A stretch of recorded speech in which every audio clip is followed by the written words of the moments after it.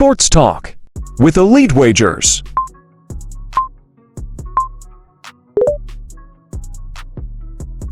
Welcome back to another episode of Sports Talk with Elite Wagers. This is the Club World Cup breakdown for Group C. Obviously, we've done A and B over the past couple of days. Today's time for Group C.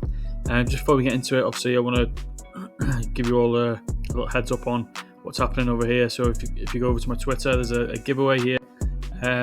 You can win one of 3 entries into this tournament right here. All you got to do is follow myself, like and retweet this tweet and comment free to be entered. Obviously, we've got 53 entered so far. Also, while you're on my page, you can click on my highlights and you can see my Group B preview there, my Group A preview there as well. And obviously, they'll all be continuing to add on, so you don't miss any. Turn notifications on as well. So let's get into Group C. Obviously, A and B done and dusted. Group C, you've got 3 notable teams. So you've got Bayern Munich, Boca Juniors and Benfica, all sort of known worldwide. Auckland City make up this group. So yeah, let's get into it. Starting off with Bayern Munich. They are the number 3 ranked team in this whole tournament, in this competition. They are also the most decorated German team in history. They've won 12 of the last 13 league titles in the last 13 years, so they're very, very dominant within Germany. Obviously, very well known for making deep runs into the Champions League as well. So European club competitions also very, very good. 32 goals for Bayern Munich this season. 32 goals conceded, so solid both ends of the ball. Obviously, defense is very solid, offense is very solid as well. So we're gonna start off with the star player for Bayern Munich, and in my opinion, and I think a lot of people will agree with me, that it's going to be this guy here, Harry Kane. He's one of the best strikers to grace the game. He won the German Golden Boot in back-to-back seasons. This year, he got 39 goals, 12 assists, and 42 starts across all competitions. 165 shots with 79 on target, which is obviously a solid return. And of those 79 on target, he scored 39, so a very, very good high percentage conversion rate. 9 goal contributions in the last 10 games for Kane as well. And he always gives Bayern, the best chance to win when he starts. Playing 2 lower-ranked teams within this tournament, obviously Boca Juniors and Auckland City. It will be good for sort of confidence and a good booster. But him playing Auckland in the first game, he could score 5 if he starts and plays the full game. It's one of those kind of games. But obviously he is with England at the moment, and he's expected to start both games for England. So with it being against Auckland, one of the lowest teams ranked in this competition, he may, there may be a little bit of a rotation. So obviously there always is a risk of rotation and things like that. But Harry Kane, star player, he's going to be on a lot of my teams that I've made up so far this season. The next player, the one to watch in my opinion, is going to be this guy here, Elise. I'm a big fan of Elise. Always been a very, very good player for club and country. Outstanding player this season, 17 goals, 19 assists and 42 starts for Bayern. 127 shots, 44 on target. So again, another good conversion rate for goal contributions and for converted shots into goals. The Bayern attack likes to pepper the goal. They like to have a lot of shots. Elise and Kane, obviously both solid options to contribute towards goals. Obviously, Kane scoring 39. And then obviously Elise assisting 19, which is huge, and adding another 17 goals as well. And then another guy I'm going to go for this team. We're going to go for their defense, and obviously with them playing Auckland first, I think it's time to put Stanisic in there as well. You could go Guerrero there, pay a little bit more, but I like Stanisic. It's an ideal spot for a defensive player playing against Auckland in the first game. He stepped in for injured players, and he's played well. He deserves to start the games that he's in. 4 clean sheets in the last 5 games for Stanisic. Obviously, cheaper valuation compared to others in similar position. If we just take off Bayern Munich here, he's 5.5 million. So if you compare him to sort of Nathan Ake up here, who should be starting for Man City, Huijsen there as well against Al Hilal, he has certainly got a better matchup than anyone in and around his price range. In my opinion, obviously he's got the better matchup, so that should be more points. 8 of the last 9 games he's played a full 90 minutes, so we should expect him to be able to stack up some points in terms of his playing points, time on the field, and hopefully some clean sheets as well. So the next team we're going to go to is Benfica, the number 17 ranked team in the world. Most decorated team in Portugal, 87 total titles in their history. They finished second in the league this year despite a solid campaign, 82 goals and 28 conceded. So again, another team that's solid on offense and solid on defense. Very early, they don't concede a ton of goals. Solid defensively, and again, I've got a few players in this team that I like. We're going to start off with their star player, in my opinion. We're going to start off with the star player, and that's Trubin. 5 million, which is a lower ranked, lower price range for a goalkeeper. It's an ideal spot for a goalkeeper, in my opinion, for this Benfica team. He's in very, very good form. 44 starts, 16 clean sheets, 104 saves, and he conceded 40 goals in total. He faced 40 shots in the last 10, and he saved 30. So he's going to rack up those points for saves. He's going to rack up those points for some clean sheets as well. He's playing 2 teams ranked in the lower end of the tournament as well, in Boca Juniors and Auckland. Obviously playing Boca Juniors first. Valued very nicely. Has decent matchups. Priced better than any other goalkeeper in and around his price range.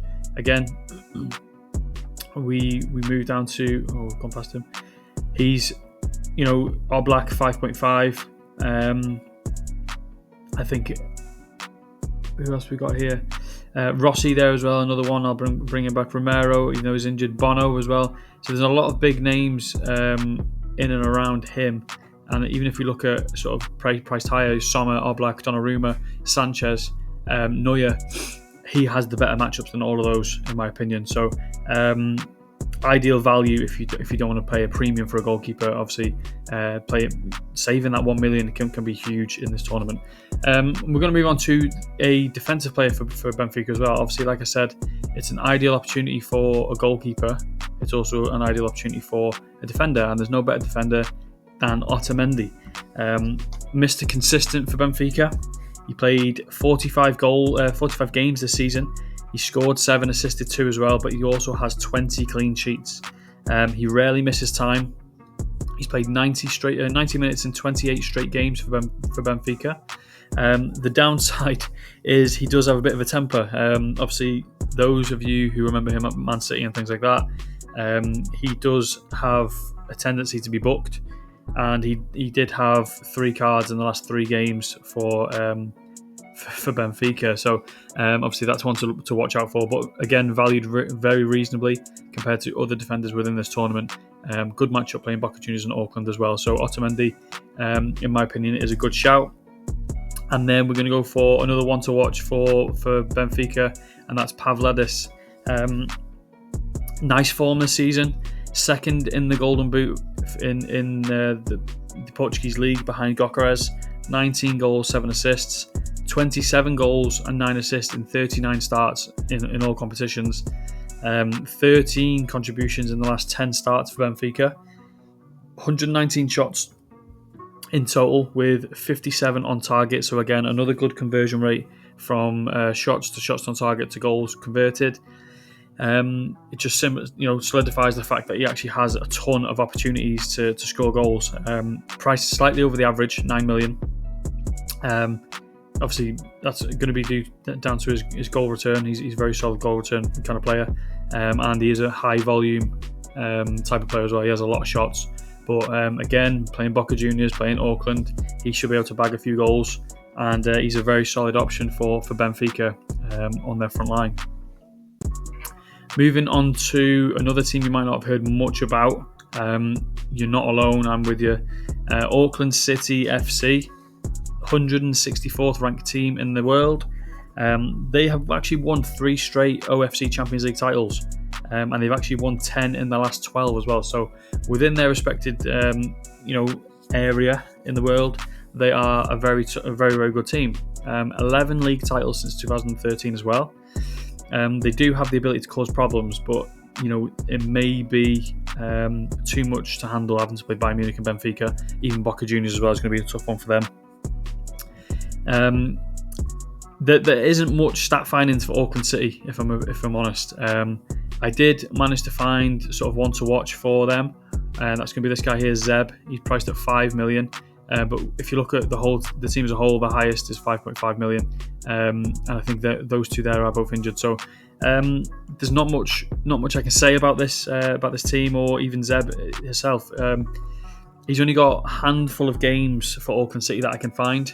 3 goals in 5 games in the OFC Champions League for them. But respectfully, I don't expect Auckland City to be able to create much against 3 solid and tough teams. So I think we should just leave that one there, if I'm honest. And we'll move on to the final team within this group, and that is Boca Juniors, obviously widely recognised team around the world. Boca Juniors have won 18 international titles along with 52 domestic crowns, and that makes them one of the most successful clubs in South America. They finished second in the league this year. 24 goals, conceded 11 in 16 games. But if you go down this squad, they've built a squad on quality players, experienced players on the slightly older side. But you've got obviously Cavani there. You got Ander Herrera there. You got Rocco there. You got Romero there. So a lot of very, very good players, old, experienced, solid players, and coincidentally as well, those players that I mentioned, Romero, Rocco, Herrera, and Cavani, all played for Man United at some point in their career, which is pretty strange. But I've got 2 players in mind for this team. I'm going to go for a star player and a one to watch. So star player for me is going to be their goalkeeper, and it's going to be this guy here, Marchesín, in for the injured Romero. He's playing well in his absence as well. 5 clean sheets in the last 10 games, but he's only conceded 7. Faced 37 shots on target and saved 30. So a very good sort of solid keeper. Doesn't concede too many. Again, similar to Trubin, a cheaper option for a goalkeeper. Playing against Auckland City shouldn't pose much of a threat. Benfica and Bayern will have a lot of chances, but again, could gain a lot of points through save opportunities as well. So he's a solid one to watch for Boca Juniors. And then I think it's rude if we don't go for Edison Cavani. Obviously, a very, very good, talented player. Played all around the world. And he's Boca's talisman. A huge name in South American football, obviously internationally and at club level.